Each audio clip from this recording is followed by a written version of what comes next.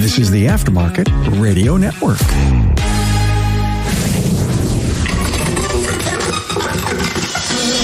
You know, the proverb, a little knowledge is a dangerous thing, expresses the idea that a small amount of knowledge can mislead people into thinking that they are more expert than they really are, which can lead to mistakes being made.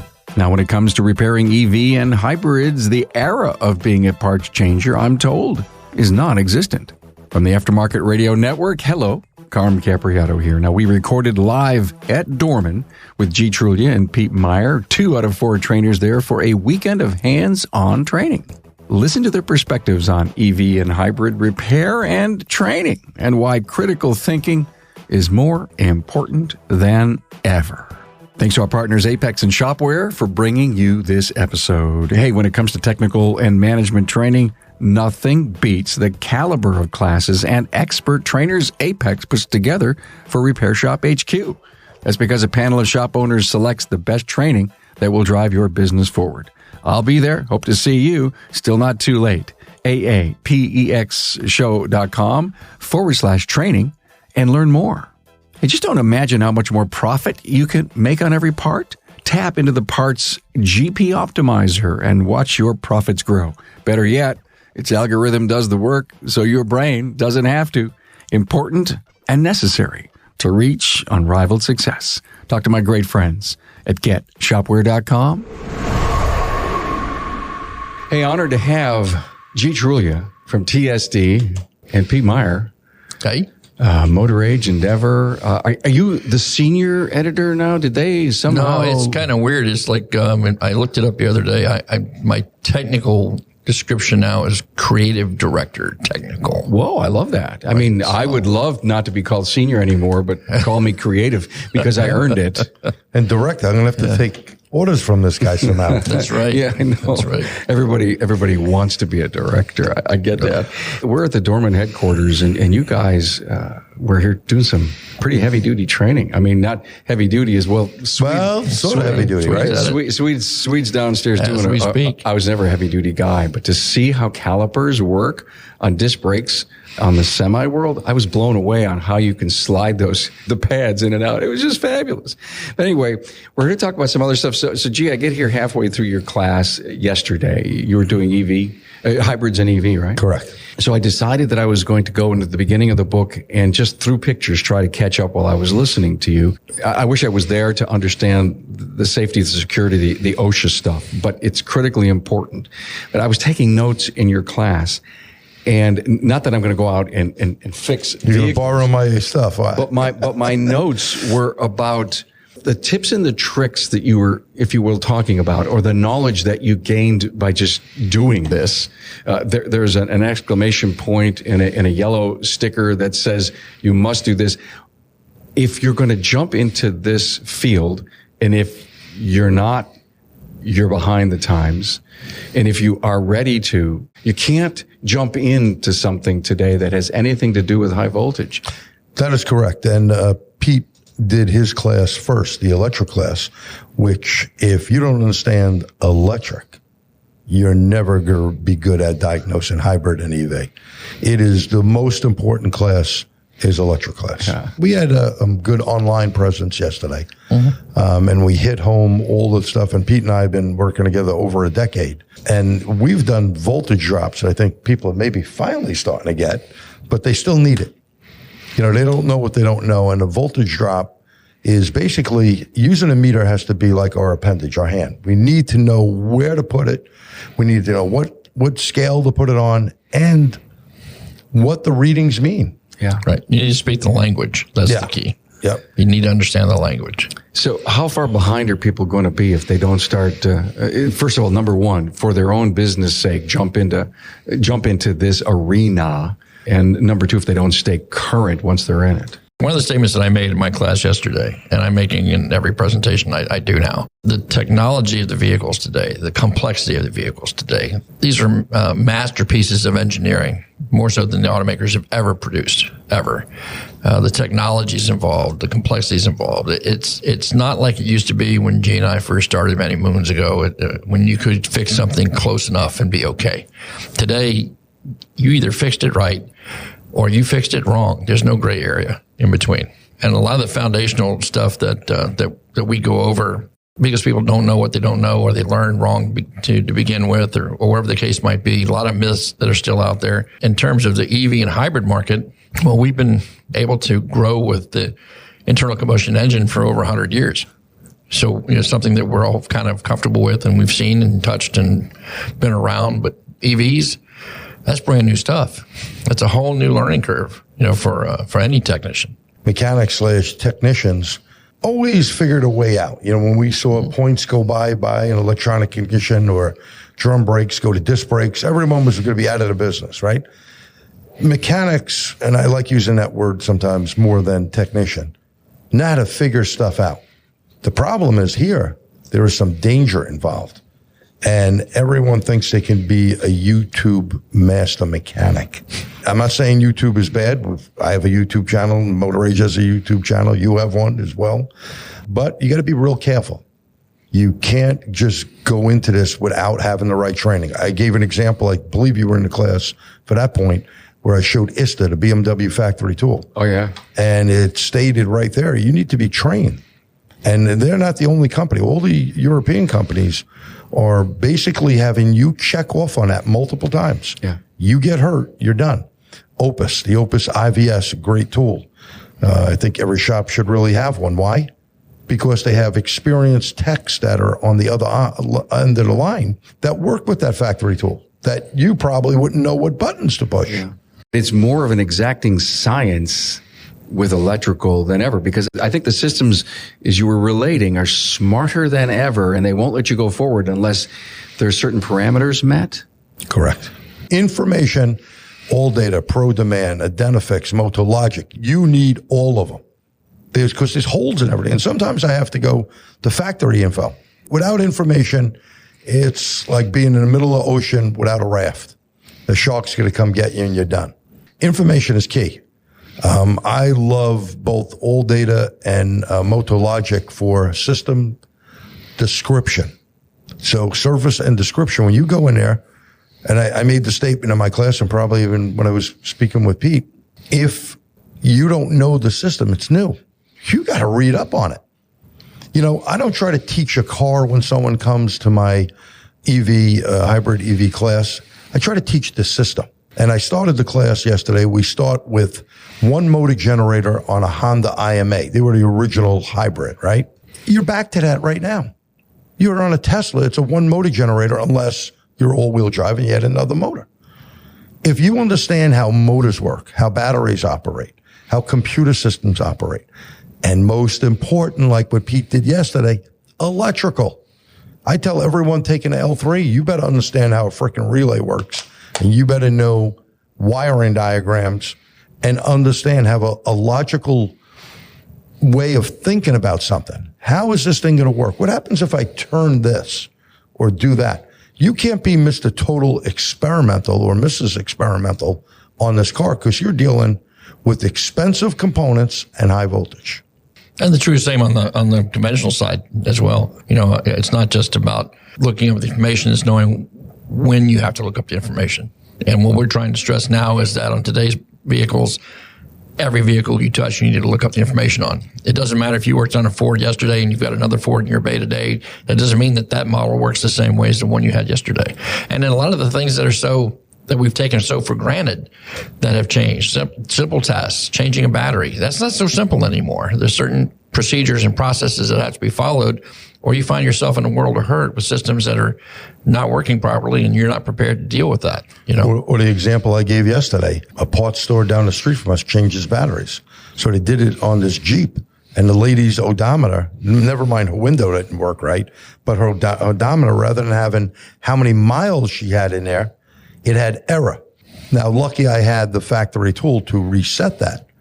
But we've come across a couple, and the last one, when that customer was unlucky and the factory tool could not reset it, we had to get a new instrument cluster. And guess who they went back to? I got paid, but they went back to the parts store with my bill. And they said, since you put the battery in our vehicle. So it's a different ballgame now. You need to be precise. Just like Pete said before, you can't be close enough. You know, the old day, a lot of mechanics would go, I can't see it from where I live. They'd leave a stall washer out, or the dwell's a little off at a time, so it ain't going to matter much. I'll use one heat range hotter or colder plug. You can't do any of this now. And when we were speaking about relays, 3 relays used on a car, one with a plain relay, one with a resistor, or one with a diode, then they went to the resistor. And if you don't use the right one, man, you're in for a heap of trouble. And you may burn something out, especially if it's using a spike-in diode that is preventing something from going back a different way. Loads of problems. Like when we grew up, you got certain rules of thumb you could go by and cover probably 90% of what was out there at the time and know that on hand. Like the G said, you just can't do that anymore. You can't. If you want to be a professional in this industry, then you have to continue your education. Like G said, for years, we've adapted to the changes in technology, and we're still doing that. The problem is today the technology is flying at us faster than ever. So it's a much more of a challenge to keep up. You can't do that by going to the occasional class that the local parts house put on, feeds you pizza after work. You know, you spend a couple of hours and then that's it. No, you have to make a commitment to continuing your education. Attending live training, webinars, reading the various publications, take advantage of all the resources that you have, for yourself. Going to classes online, I think that puts a light on. When I did the state of Alaska, we always prepped people because it wasn't around the corner for me, and I would only do 4 months of the year: a winter, summer, spring, and fall. Right? I think mechanics/technicians learn the best by doing it.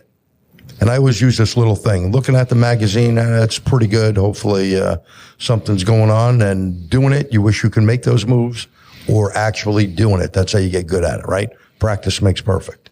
So when I do my classes, of course I use PowerPoints and some, other, methods of getting information across besides lecture. But now to prove myself and to make sure they do it, we got to go out on the vehicle and actually do it. I'll show them, then I go, you got to do it. Everybody has different learning modalities. There are those who can read the instructions for a toaster and turn it into War and Peace. You know what I mean? All right. Yeah. There are those who can take it hands-on and need that in order for it to sink home. I accept your argument, but I also think that if you were in a class and you didn't put on the gloves and you didn't have someone basically coach you through the safety issues of what you're about ready to jump into, and you just kind of read it and you saw it on a video, you may not respect it. I think the bigger challenge is getting, and let's be optimistic, the 70% of those who are working in our industry just recognize the fact that they don't know what they don't know, and that they can't apply the knowledge that they currently have to the newer situations. They have to grow in that field. And the other thing I think that's a problem out there, and I was going to say this earlier, with all of the different electronic stuff, media, I should say, with some webinars are good and some are not so good. Some people have their own YouTube channel or whatever, and they're spewing out information that may not be correct, right? Just to make money. We found out way back the first Auto Mechanica that we did, a lot of men and women in our industry doing their best to make a living in the Bay, doing their best to be professional, want to be professional, but they don't have the resources. So it's not that they can't do it or don't want to do it. They just don't know where to get the help. Hey, Carm here. Now, when it comes to technical and management training, nothing beats the caliber of classes and expert trainers that Apex puts together for Repair Shop HQ. And that's because a panel of shop owners selects the best training that will drive your business forward. Training is geared toward shop owners, service advisors, and technicians. Technical classes will include ATTS and calibrations, hybrid and electrical vehicle case studies, CAN bus diagnostics, electrical diagnosis, and using current probes to diagnose drivability dilemmas. On the management side, you'll learn marketing strategies that work, employee retention practices, building a culture that employees will embrace, and more. Expert trainers in this year's lineup include Mike Reynolds, John Thornton, Eric Ziegler, Greg Bunch, Bill Haas, and Kim and Brian Walker. Repair Shop HQ training will take place at Apex November 1st through the 3rd in Las Vegas. To learn more, go to aapexshow.com/training. Nothing tells a customer that they need a new part faster than when they see a worn or a broken one in their hands. How do you do that in the digital age? Well, it's easy. Thanks to DVX, you can send photos and videos within its messenger platform. It's like nothing else you've seen in an auto repair SMS before. Take the best of an Amazon-like experience and use it in your shop to show customers how great you are. DVX also makes it easy for customers to drop you a quick text or answer in the messenger bubble that arises from the repair order. It's like magic.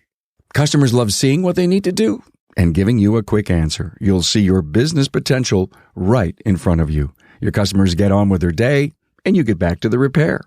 Everybody wins. It's time. GetShopware.com.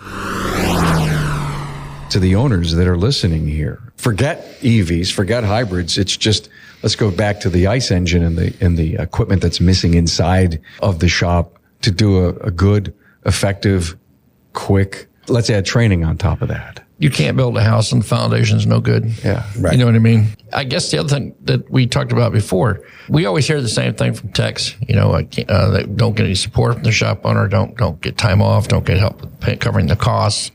I think that a lot of times we looked at apathy in terms of on the technician side, or I thought so for many years, just having watched techs in my own shop not take advantage of certain training opportunities that came their way. And then I had an epiphany. It's like, you know what? It's not them. It's the guy who runs the business. What's his attitude? Is he going to create a culture that is required in his business to grow and support his technicians in that ability? That's the person that has to set that standard. That you have to create that. I would agree with that years ago. Now we have a shortage, and mechanics / technicians are at a level that is needed so badly. Mm-hmm. The shop owner doesn't want to say, and I know one of my students that ran 2 repair shops. He used to force his guy to go to training. If you don't take 3 training events a year, you're going to get a write-up and you're going to not get your raise until you complete them. Well, his people were just like, you know what, I'll just go work somewhere else where I don't have to do it. It's difficult now. The better shops are attracting the better talent. It kind of goes hand in hand. And if the shop owner does go to training, like, you know, when we do some Napa classes or whatever, whether I'm teaching or not, I go with them. If I'm not working that particular night and there is a World Pack or a Napa class or whatever, I'll go with them. I'll sit right down with them and listen to the instructor, the same thing, because you learn something new every day. A few minutes ago, it was a perfect segue to one of my questions for both of you, and that was the feedback that you guys get from the students.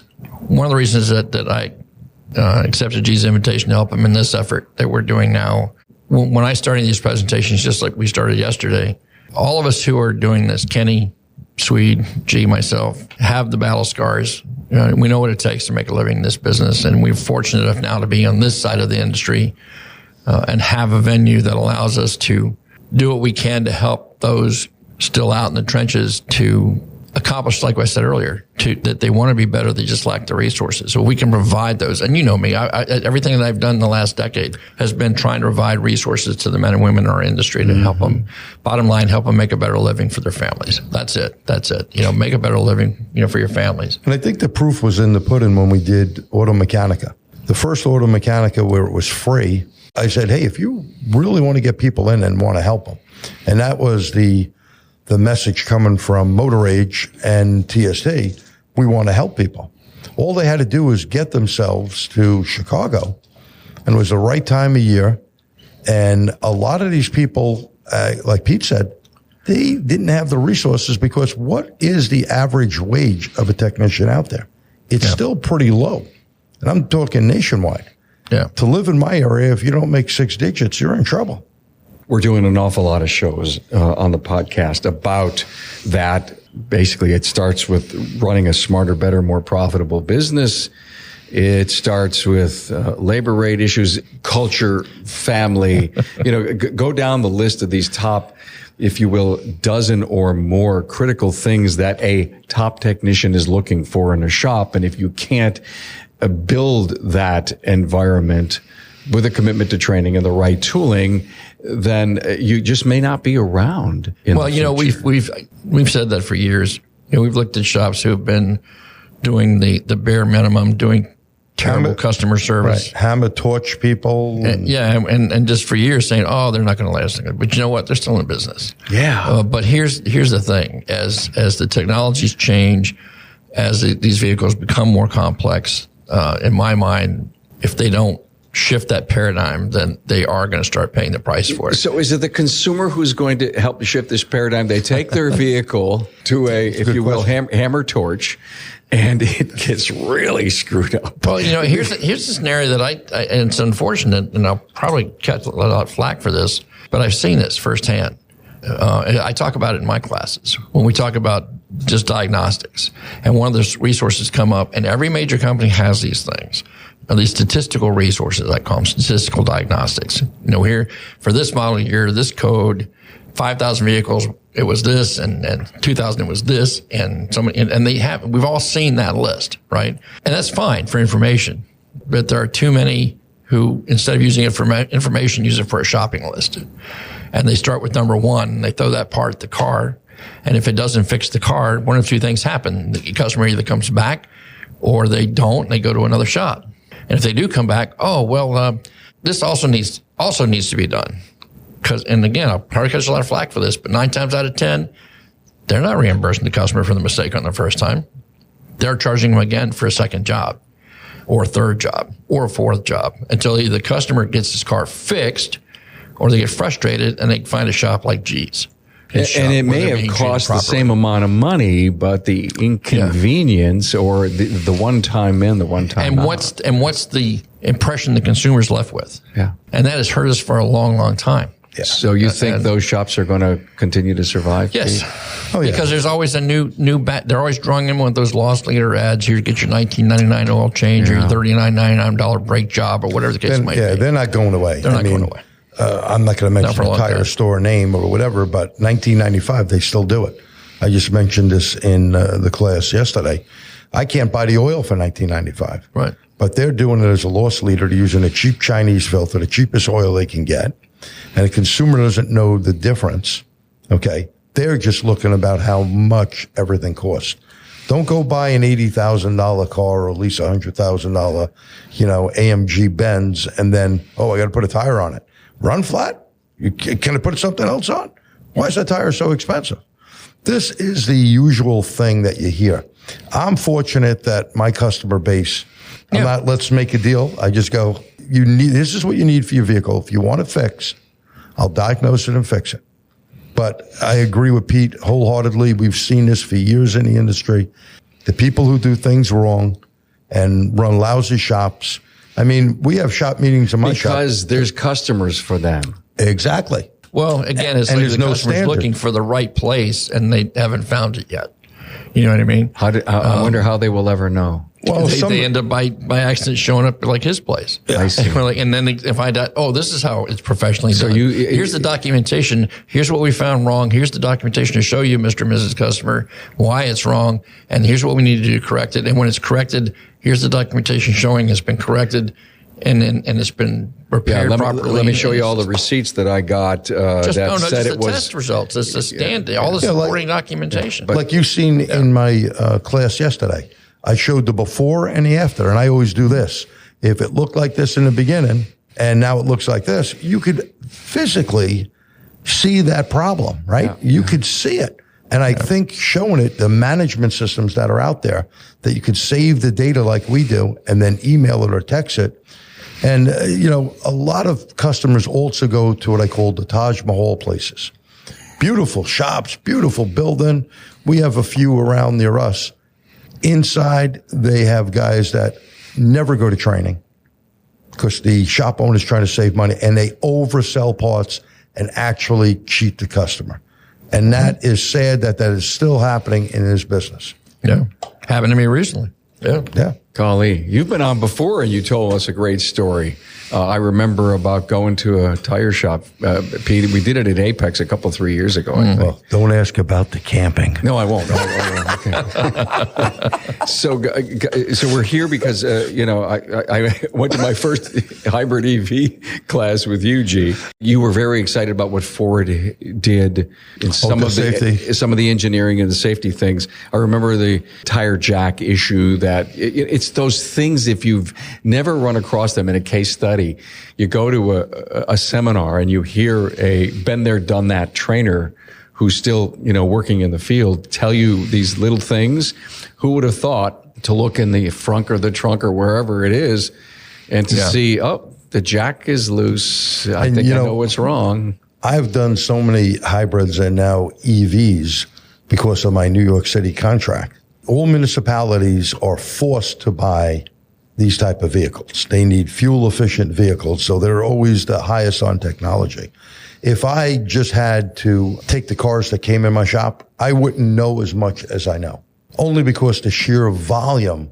And when people don't own that vehicle that they're driving, well, they're not going to take care of it too good. They're going to do some silly things, aren't they? Yeah. And that winds up in the aftermarket, because if I sell my car to him, I took care of it. Pete's going to take pretty good care of it, but now he's going to sell it to the other person. And now this thing is not being taken care of properly. That person who bought it, the third person, probably doesn't have enough money to maintain that type of vehicle, a hybrid or an EV. It's not going to be cheap. I tell people, look, if you can get a Hyundai that gets 40 miles a gallon and your Prius is getting 40 miles a gallon, you got a problem. And the shop you're going to, why didn't they tell you or prove to you? Like, I take pictures of the screen and it'll say you're getting 40 miles a gallon on a Prius. You should be getting near 60 miles a gallon. Why? Because they didn't do the battery maintenance. They didn't do a lot of stuff. We're talking high voltage battery maintenance. There are problems with that vehicle. And a shop that is not well trained, they may think they are. Again, YouTube or listening to some people online, it's really not the way to go. You got to be immersed in it. And I think you said something very key there as well, especially now when you're talking at the EVs and the hybrid vehicles. You can learn the components. You know what I mean? You can learn, this is the inverter, this is what it does. This is the converter, this is what it does. This is the high voltage battery pack, this is what it does. Just like we did with the gas engines. Know how the pistons work, how the carburetor works, how the fuel injectors work. But it's when something goes out of whack from that norm. And it will. That takes that critical thinking. That takes the ability to look at the picture and identify what's wrong with the picture. And that comes from the training, and that comes from the experience. Just like the kids who come fresh out of trade school into the business. Yeah, they have all the book knowledge. They know how the pieces work. But when one of those pieces decides not to work quite the way it's supposed to, that's a different story. Then that takes a whole different way of looking at the world. That's true. In order to find what that is. And that's a two-step. That's very good, Pete. Yeah. Two-step, up here and hands. Because we got to transfer the information from our brain to the hands to make that adjustment, that repair. It's not just throwing parts out of a car. Years ago, when I got into the business, it was parts changing. And in fact, unfortunately, there were commercials on TV showing that monkeys could do our job. That's a total insult. Okay? You got to be very bright nowadays. And I always say, look, I have nothing against people that speak a foreign language, but you need to comprehend what you're reading. And as far as I know, every service manual is in English. I had a guy come in for a job just a few days ago. He could barely speak English. And I asked him, could you use Mitchell or ALLDATA? Oh, no, I don't need that. You don't need that. I need that. What percent do you think shops in North America are doing hybrids, EVs? Oh, goodness. Depends on what part of the world you're standing in. Okay. West Coast, they're of course, California, big push, on EVs. So you see quite a bit out there from the shops out there. We're getting ready to go to ATTS, and in North Carolina. Yeah. Lucas Underwood out there was on the panel at ETI. Yeah. About that. And he hasn't seen one. Total opposite viewpoint. Yeah, where I'm at down south, in the cities, you start to see more of the, Teslas and things like that showing up. I would think about 60 something percent. Because 60 are doing? Oh, yeah. Why do I think that's high? Here's what you're not calculating. So, like Dorman makes batteries. You remember these guys with no training? Because sometimes I get these problem cars from other shops. They will take a hybrid vehicle and know nothing about the car. They come up. Remember, the scan tool is almost like God nowadays, right? It tells you got a code. Oh, it must be right. Got a code. I got to do it. When that happens, they put a battery in it. And when it doesn't work, I mean, we got a couple of guys right down the street from us. We get calls from them. They have no business working on this. They don't know electric really well, never mind working on these cars. They may have a particular base of people that, number one, will look and bargain hunt, as I call them. And they may have people that, like their nationality and go to them because they feel more comfortable. And these guys make unbelievable money by making mistakes on people's cars.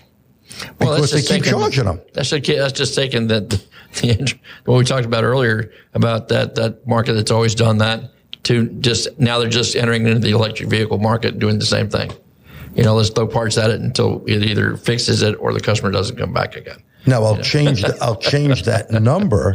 Who's doing it right? Who's doing it right? You probably have about 40% of the shops, or maybe a little less. Now I've been doing hybrid training for years. I developed the first aftermarket hybrid training in the whole country. Okay. And when I did this for another instructor who basically was maybe the first guy doing seminars with it. And I told him seminars are just my pictures, and he had taken a lot of stuff off the internet. And he was an enthusiast about a particular car, a Honda Insight, which was the first car. People don't learn real well that way. We started doing live classes. One that I used, the part that you missed, and if you go back and look at it, Technician Al. And he happened to be the instructor on that car. He read something in service information and heard something that if a car was in an accident, an airbag deploy, the high voltage would be cut off. But he didn't read the other part, that you need to take the interlock switch out and check. Well, the picture I have that I was working on a different car with a different crew of guys, Technician Al, who was one of my students from New Jersey, he's there taking this high voltage wire off, going to the inverter that the instructor told him to do. Lucky he had the gloves, the glasses, all that stuff. He arced that screwdriver, a piece was missing. Technician Al could have been dead Technician Al. And it was haphazard because this class, I developed the hands-on part of it. But when someone thinks they know something and didn't have the hands, a very good speaker for seminars, but there's a big difference from being a good speaker at a seminar and actually doing hands-on.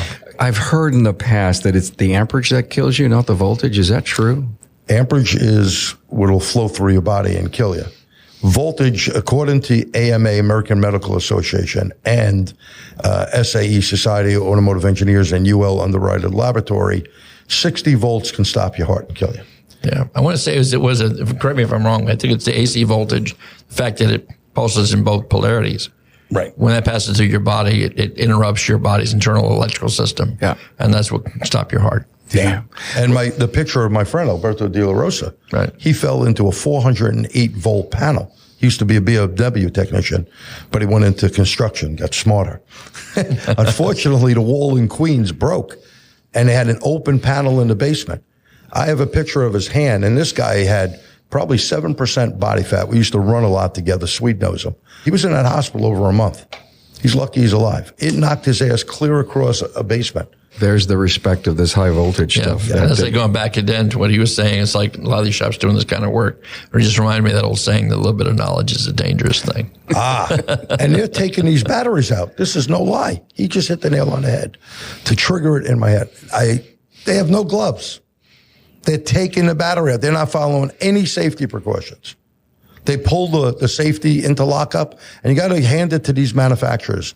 They've made these things stupid safe. Okay, where these guys will pull this interlock out. Even John Anello had one time. He called up, and on a Chevy Volt, if you pull that interlock out and you didn't follow the right procedure, the vehicle will not start again unless you know certain information. And John had called me up, and I helped him get that car going. And it was the shop owner who did that. RTFI. That's it. Read that freaking information.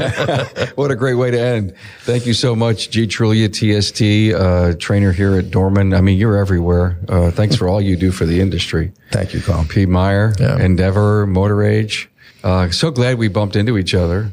Yeah, yes. I got the whole idea for this episode, Pete. We were driving for dinner last night, and you were just going away. It was great stuff. I got to give some props here to the G-Man before we close out here. I don't know if you're aware of it or not, but the Dorman training program that is pretty much his sweat and tears to build was recognized as one of the best training programs in the industry by the group. The group. Actually, we showed the plaque yesterday.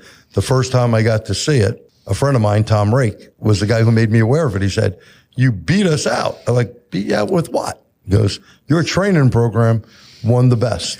Wow. Yeah. So pretty cool. Congrats, man. Thank you. Well, hey. And it's good to work. Man. It's good to work with people like Pete and Kenny and Swede. A good group of people where I was teaching down in Florida with the O'Reilly people. And he said they use a couple of different vendors for training. And he said, we get the most compliments on the training from you guys. Yeah. And I said, you know why? Because we really do it. Yeah. We're not presenters. That's a big difference. A presenter is someone who can take anything and, present it to people. We work on it and present it. And we care. And we care. And I know you're going to Florida soon. I did an episode with Jason Stretch with his Fast, where they're just getting together as a bunch of shop owners and saying, "Hey, I'll pay for this, I'll pay for this," and they're bringing their people in. And this whole regional private type training seems to be catching some fire. And they mentioned that Dorman was coming down. I imagine you're going. Yes, myself and Ken. Pete was going to be there. Would have been right down the road from him. Yeah. But not this time. We'll be back again. Pete had something. Pete does a good thing to help children that are abused and stuff. And we want to do an episode with you on that. Yeah. Pete. And go check Pete's channel out there on his YouTube channel. Donate, help a kid. Real important. What's how do we get to you, Pete? Probably the easiest place to find us either online at bikers-care.org or on Facebook under the same name. We do have a fundraiser that's going on right now that's going to benefit kids in area domestic violence shelters for Christmas. And to just vote in Google, we'll pop right up. Cool. Thanks. Hey, guys, thank you so much. Thank you. Appreciate the chance. And thank you, Tracy. September 15th. You must have a steel trap. Thanks for being on board to listen and learn from the premier automotive aftermarket podcast. Until next time.